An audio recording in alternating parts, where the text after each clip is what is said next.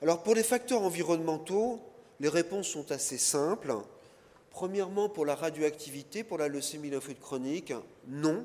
La radioactivité, l'exposition aux radiations ionisantes, eh bien, vous n'avez pas de raison d'avoir de leucémie lymphoïde chronique.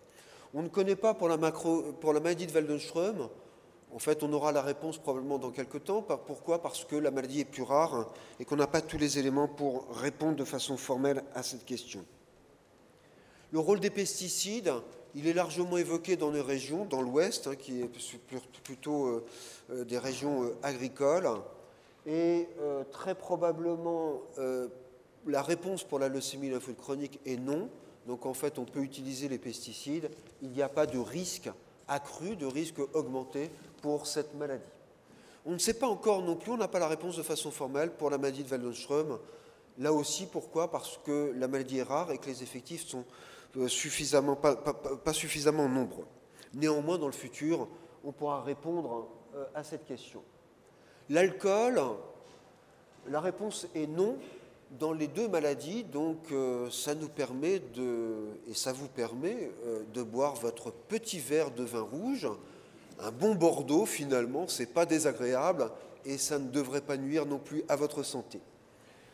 Pour le tabac, de façon extraordinaire, mais surtout ne retenez pas ce que je vais vous dire, le tabac a un effet protecteur sur ces maladies, mais surtout arrêtez de fumer parce que ça a tellement d'autres effets néfastes qu'il n'est pas bon de poursuivre le tabac. Mais néanmoins, c'est un effet protecteur. Donc vous voyez, pour la profession, il a été montré qu'il y avait un certain nombre de métiers, en particulier les agriculteurs, qui pouvaient avoir un risque un petit peu augmenté pour cette maladie.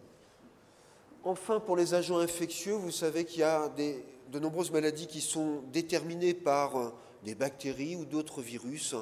Et très probablement, dans la leucémie lymphoïde chronique et dans la maladie de Waldenström, ces facteurs n'ont pas un impact très très important et probablement même ils n'ont pas du tout d'impact. Si maintenant on regarde les facteurs génétiques, la réponse sera tout à fait formelle en ce qui concerne l'hérédité. Non, la leucémie lymphoïde chronique ou la maladie de Waldenström ne sont pas des maladies héréditaires, c'est-à-dire que vous n'avez pas de risque de transmettre cette maladie à vos enfants. Ça, c'est clairement démontré. Néanmoins, et c'est là où il y a souvent une petite confusion, on parle de notion de maladie familiale. Et oui, il peut y avoir des parents et des enfants qui sont atteints de la même maladie, de la leucémie lymphoïde chronique ou de la maladie de Waldenström. Ces formes familiales existent. Et ce risque, lorsqu'il y a un risque plus important que par rapport à la normale, que lorsqu'il y a une maladie, leucémie lymphoïde chronique, eh bien les enfants ou dans les fratries ultérieures, le risque de voir apparaître la même maladie est un petit peu plus important. Et très souvent, vous verrez qu'on parlera très souvent d'anticipation, de phénomène d'anticipation.